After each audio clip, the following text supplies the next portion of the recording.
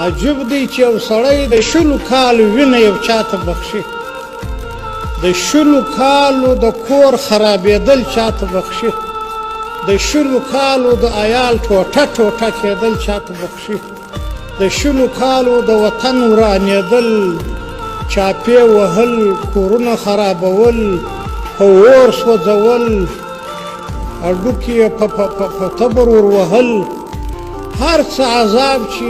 د بشریت په تاریخ کې به چا نه لیدلي په دې 100 کاله د دې ملت سره شوي دي. کوم وخت چې ملت پر دې قدرت پیدا کړي چې ورسره وکړه، ټول ملت ته دې شاهدان دي، نړۍ د دې شاهد.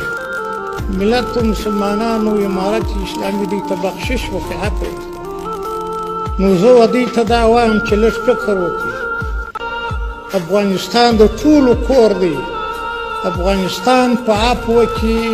استثناء نه ده کړې. څوک چې تښتېدلي دي یا تللي دي هغه د هغو خپل مشکل د ځانه سره. امارت دې ته عفو وکړه، د دې مال یې ور محفوظ کړي چې په خیانت و غبن و غلا په هر شکل چې اخیستي دي. امارت موږ هر مجاهد ته وایو که د دغو خلکو په کور کار ودرلود، په جایداد مو کار ودرلود، په مارکیټ مو کار ودرلود، لوی پمپونه دي، تجارتونه دي روان دي، دا مجاهدین یو غږ نه ورته کوي چې ما یو چا تکلیف ورکړی، موږ راکشو د دوی پر اموالو خپل مجاهد ته سزا. نو زه هم دې د دغه وخت څخه د دغه عفو څخه دا مو ورته خواست دی چې نور مه خپل ځان در بدر کړي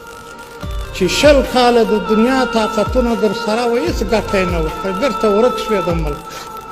خلاصه د دې په خپل ملک کښېنه، دا ته وینې چې هغه خلک چې په دې ملک کې د دې ستاسې د کاروانو مشران وایي په دې ملک کې ارام ناست، څوک تکلیف نه ورکوي. د هغه مبارک مجاهد د دې پیره کوي پر